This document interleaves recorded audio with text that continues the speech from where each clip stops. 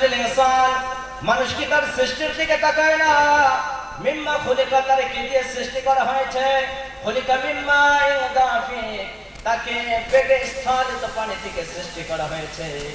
ইয়াখরুজু মিন বাইনিস সুলবি ওয়াত তারাইব, যেটা মেরুদণ্ড ও বক্ষ ও পাজরের মধ্যস্থল থেকে বের হয়। মানে বাপের লক্ষ লক্ষ শুক্রাণু থেকে একটা, আর মায়ের একটা, বাপের লক্ষ লক্ষ শুক্রাণু থেকে একটা, আর মায়ের একটা ডিম্বাণু। এই শুক্রাণু আর ডিম্বাণুকে নিয়ে আল্লাহ তাআলা মায়ের জরায়ুর মধ্যে সেট করে দিলেন। কি করে দিলেন? মায়ের জরায়ুর মধ্যে সেট করে দিলেন। বিশ্বনবী সাল্লাল্লাহু আলাইহি ওয়াসাল্লাম বলেন যে তোমাদের সৃষ্টির তালিকাটা কি?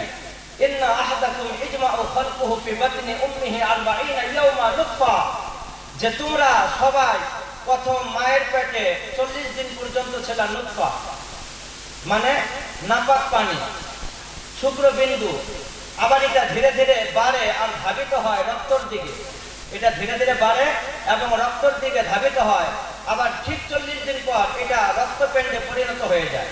সুম্মা ইয়াকুনু মিসলা যালিক, সুম্মা ইয়াকুনু আলাকা মিসলা যালিক, আবার এটা 40 দিন পর রক্তপিণ্ডে পরিণত হয়ে যায়। আবার এটা ধীরে ধীরে ধাবিত হয় মাংসের দিকে, আর এটা বাড়তে থাকে। আবার 40 দিন পর সুম্মা ইয়াকুনু মুদগা মিসলা যালিক, রক্তপিণ্ডে পরিণত হয়ে যায়। প্রথম 40 দিন ছিল নুতফা, তারপরে 40 দিন আলাকা, তারপরে 40 দিন হলো মুদগা। 43 কত হয়? 120 দিন না? যদি 120 দিনের আগে লাম ইয়াকুন শাইআন মাযকুরা, কিছুই ছিলাম না। এই যে 120 দিন পর্যন্ত এখন আমি জীবিত হই নাই, আমার ভিতরে রূহের ফুৎকার দেওয়া হয় না। তো আল্লাহ বলছেন, বিশ্বনবী বলছেন, এরপর সুম্মা ইরসালু ইলাইহিল মালাক, আল্লাহ তাআলা এক ফেরেশতারে পাঠান।